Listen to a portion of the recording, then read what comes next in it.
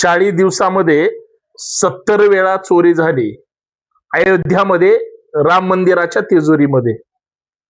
देशातील चकार अंधभक्त चुकार भूमिका मांडणारे एक चकार शब्द सुद्धा काढायला तयार नाहीत, हे वास्तव आहे. 56 इंचाची छाती घेऊन राजकारणाच्या पोकळ गप्पा मारणारे राम मंदिराच्या चोरी प्रकरणी अजिबात बोलायला तयार नाहीत.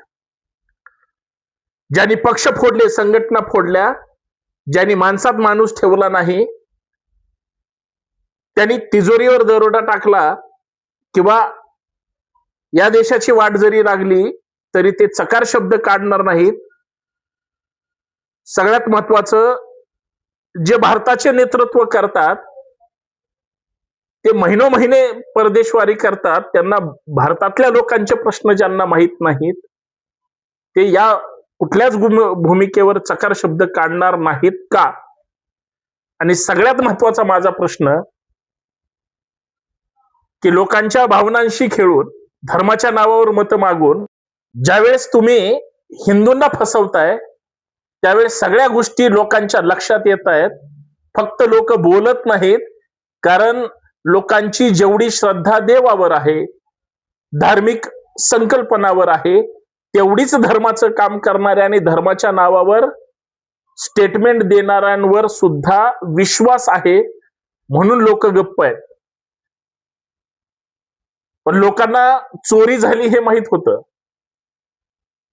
पण देश ज्यांच्या ताब्यात आहे, राम मंदिर ज्यांच्या ताब्यात आहे, ज्या विचारांच्या लोकांनी राम मंदिरासाठी राजकारण केलं, पैसा जमवला आणि पैसा स्वतःच्याच खिशात ठेवला, तिजोरीवर त्यांनीच दरोडा टाकला, आणि हे ज्यावेळेस समोर आलं, राजीनाम्यानिमित्त तुम्ही काम भागवताय, बरोबर नाहीये हे. मित्रांनो, मला काही संदर्भ द्यायचे, संदर्भ म्हणजे काय, उदाहरणं सांगायचे. सांगलीत किंवा तिकडं लातूरमध्ये किंवा नागपूरमध्ये, मुंबईमध्ये जर एखादा सोनसाखळी चोर पोलिसांनी पकडला, मंगळसूत्र चोर पकडला, तर पोलीस काय करतात? हो, पहिली ज्याची चोरी झाली त्याची फिर्याद घेतात.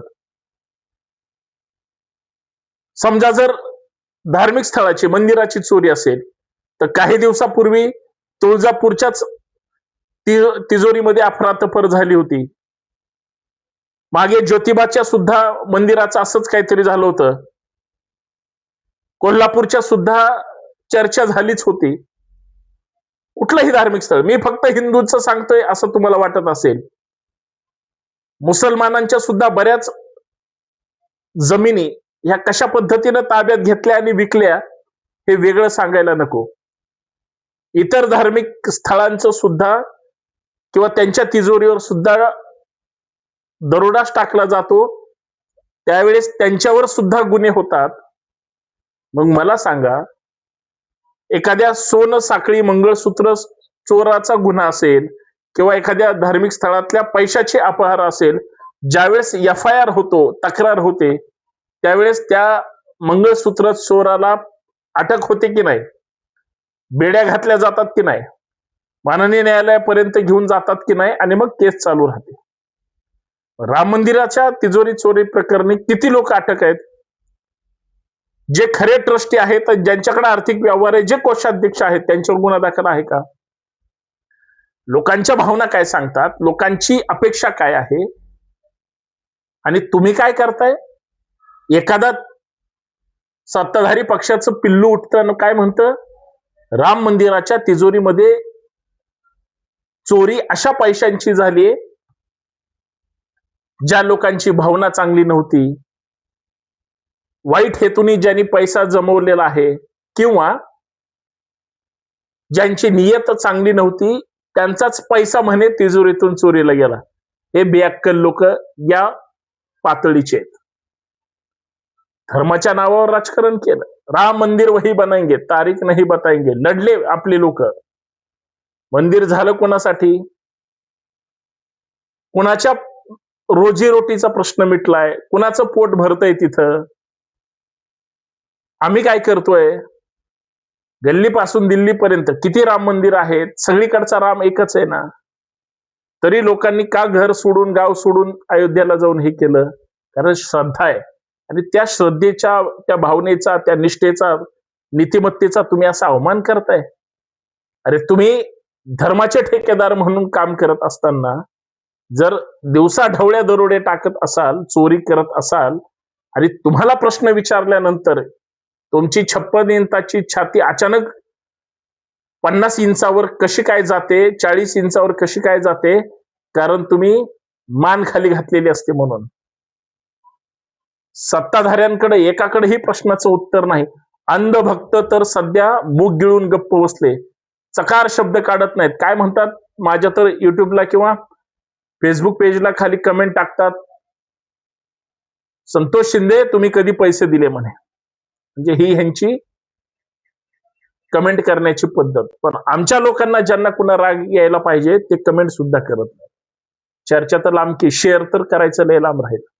पण लक्षात घ्यावा, मी ऍडव्होकेट संतोष शिंदे, बंडखोर नेता या युट्यूब चॅनलवर यासाठी प्रामाणिकपणे चर्चा करतोय, भूमिका मांडतोय, फक्त एका गोष्टीसाठी. तुमच्या दानरूपी पैशावर यांनी दरोडा टाकला म्हणजे तुमच्या भावनांचा खेळ झाला, म्हणजे तुमच्या श्रद्धेचा यांनी बाजार मांडला. त्यांच्यावर कारवाई झाली पाहिजे की नाही, आणि तुमचं काय मत आहे, हे दोनच माझे प्रश्न आहेत. त्याच्यावर ही चर्चा आहे, आणि याच्यावर कोण उत्तर देऊ शकतं याच मला मी वाट पाहतोय, किंवा कुणाच्यात हिंमत आहे. कारण तुम्ही जर असा श्रद्धेचा बाजार मांडणार असाल, खोटं नाटक करणार असाल, तर सगळ्या गोष्टी सगळ्यांना कळतायत. आणि ज्या गोष्टी सगळ्यांना कळतायत त्या गोष्टीतून तुमचा बाजार ह्या दिवसा ढवळ्या बाहेर मांडला जातोय, तो बाहेर काढला जातोय, आणि हे अत्यंत विदारक वास्तव देशासमोर आलंय. मित्रांनो, मी चर्चा केली राम मंदिराबद्दल, तिजोरी चोरीबद्दल बोललो, म्हणजे मी आता टीका केली सरकारवर असं जर कोणाला वाटत असेल तर अजिबात नाही. मला सरकारला दोष देऊन उपयोगच नाही. आमचीच लोक वाईट आहेत तर दुसऱ्या लोकांना नाव ठेवण्याचा मला सुद्धा नैतिक अधिकार उरलेला नाही. कारण आपल्या घरापर्यंत ते पैसे वाटायला आले, पैसे वाटले, आम्ही त्यांना मतदान केलं, ते सत्तेत बसले आणि त्यांना वाटेल ते त्यांनी केलं. ते कोणीही असो, सत्ताधारी असो किंवा विरोधक असो, ते आज लढताना कोण दिसतंय, आवाज उठवताना कोण दिसतंय, आणि कारवाई करताना सत्ताधारी म्हणून कोण दिसतंय, याची फक्त मी वाट पाहतोय. कुठंच कुणी दिसायला तयार नाही. आणि मग हे जर वास्तव असेल तर कोणाला बोलून काय उपयोग आहे? ज्यांच्या श्रद्धेचा विषय, भावनांचा विषय, निष्ठेचा विषय, त्यांच्या त्या सगळ्या गोष्टीशी म्हणजे चेष्टा करण्यात आली, खिलवाड झाली, आणि मला त्याचं वाईट वाटलं म्हणून मी आपल्या समोर चर्चा करतोय, बाकी काय नाही. चोरांबद्दल तुमचं काय मत आहे एवढंच साध्या भाषेत सांगा.